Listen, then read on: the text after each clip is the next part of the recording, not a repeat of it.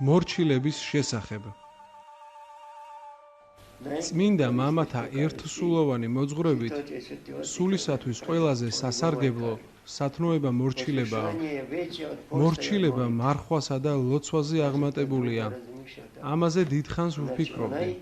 ვინც ურჩია, მისი ლოცვა და მარხვა ამაოა. შეიძლება მარხვით ტყავი და ძვალი დარჩეს, მაგრამ ეს ვერ უშველის. შეიძლება დღე და ღამე ლოცულობდე, მაგრამ თუ ურჩი ხარ, შენი ლოცვა არ შეიწირება. უფალი ასეთ ლოცვას არ აღიარებს, რადგან იგი სხვებთან ბრძოლასა და წინააღმდეგობაშია. შეიძლება დიდი მოღვაწეც იყოს, მარხვით ტყავი და ძვალი დარჩეს, მაგრამ მისი ღვაწლი ამაოა.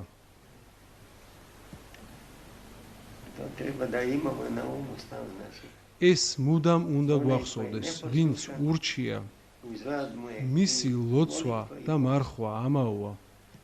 ვიცით, რომ ყველა წმინდა მამამ სულიწმინდის ნიჭი დიდი ღვაწლით, ლოცვითა და მარხვით მიიღო. თვით უფალი ამბობს, რომ ეს მოდგმა მხოლოდ ლოცვითა და მარხვით შეიძლება განიდევნოს. წმინდა მამები ამას საკუთარი გამოცდილებიდან ამბობენ.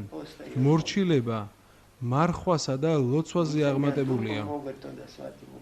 ახალგაზრდობაში ამას დიდხანს ვერ ვიგებდი.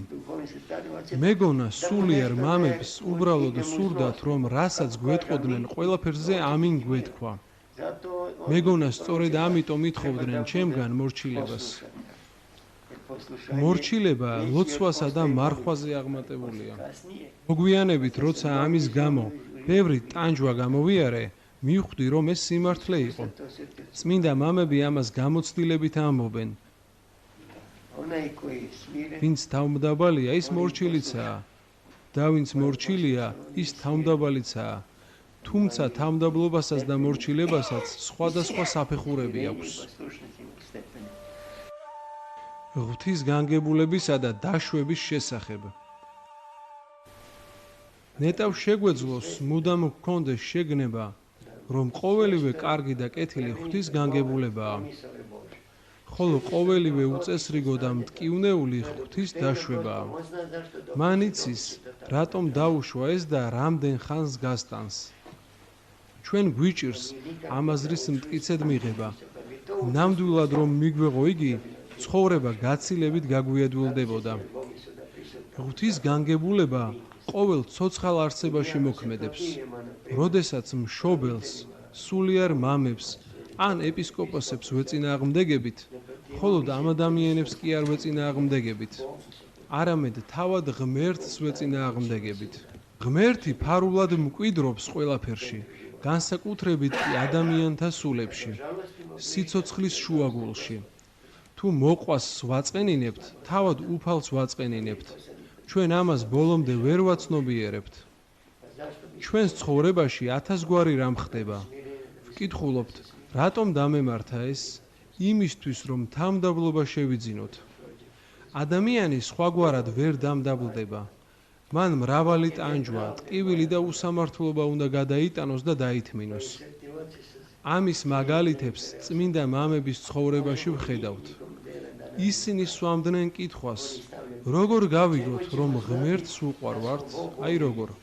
თუ უფალი მრავალი განსაცდელის, ტკივილის, გულის ტანჯვის, უარყოფისა და სიძულვილის გზით გვატარებს, ეს ნიშნავს, რომ უფალს უყვარვართ და ეს უფლისგან დიდი ნუგეშია.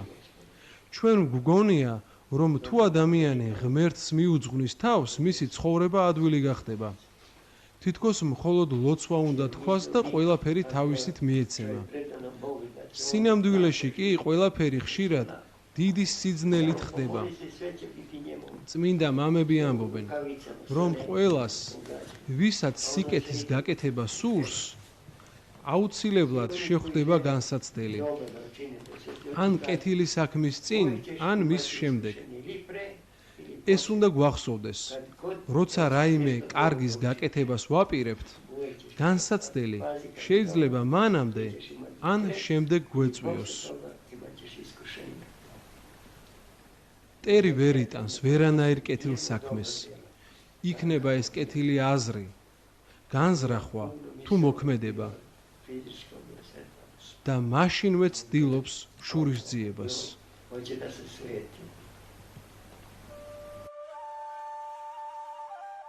თავმდაბალი სულის მაგალითის შესახებ. არსებობენ თავმდაბალი და მშვიდი სულები. ერთი მანდილოსანი ვიცი, რომელიც ბულგარეთის ერთ-ერთი სოფლიდან არის.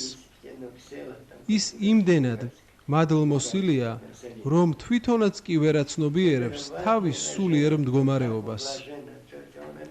კარგი ქმარიც ჰყავს, მასში მუდამ ხედავდი, როგორ უხვად მოქმედებდა ღვთის მადლი. მას ყველას გამო შეუძლია იტიროს. ისეთი სათნო, ნაზი სიტყვა აქვს. მსგავსად მოლაპარაკი ადამიანი თითქმის არასოდეს მსმენია. ბუნებით ასეთია. ეს უფლისაგან ბოძებული ნიჭია. საოცარი თავმდაბლობა. იგი არავისგან ეკითხავს, ვინც არ უნდა იყოს და რასაც არ უნდა აკეთებდეს. მისთვის ყველა კარგია. მისთვის ყველა წმინდაა. საოცარი სულია. მართლაც დაუჯერებელი. წმინდა მამების თავმდაბლობისა და ადამიანის ურჩობის შესახებ. წმინდა მამები ამბობდნენ, რომ ჩვენ მხოლოდ მათ გარეგნულ მხარეს ვხედავთ. რა სიტყოდით, ჩემი შინაგანი მდგომარეობა რომ დაგინახათ, თქვენ გარეგნულად მსჯელობთ ჩემზე. ეს არაფერია იმ სიხარულთან შედარებით, ჩემში რომ სუფევს. ვინ იცის, რას მეტყოდით ეს რომ დაგინახათ? ჩვენ მდინარეში მოქცეულ ქვებს ვგავართ. თავდაპირველად ისინი ძალიან წვეტიანია, თუმცა როცა წყალი გარსულის, ნელ-ნელა მრგვალდებიან. და თუ ადამიანი ფეხს დააბიჯებს, აღარ იტკენს. ასევე ჩვენც აქ თავმდაბლობას ვსწავლობთ. ვსწავლობთ როგორ ვიცხოვროთ, ზეციური ცხოვრებით.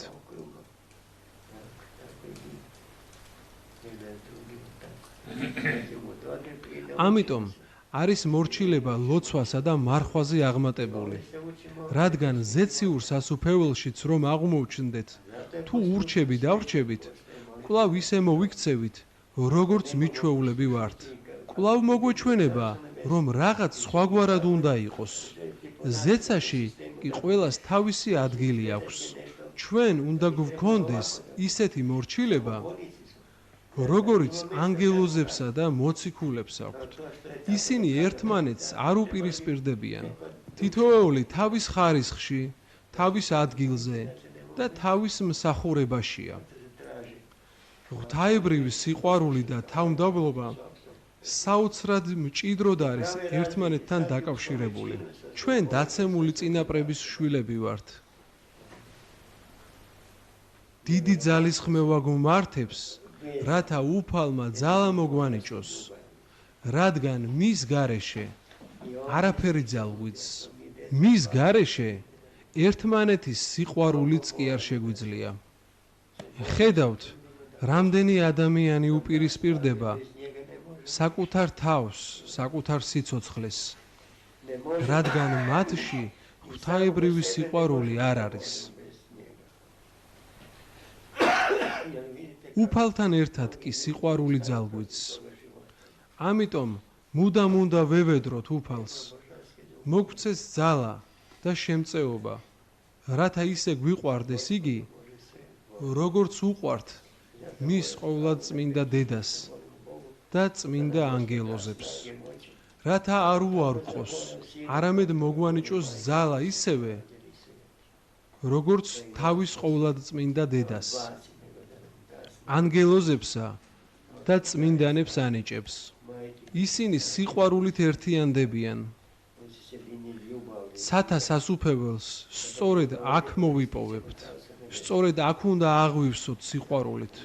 ხედავთ, რომ თავმდაბალი და მშვიდი სულები ჯილდოვდებიან.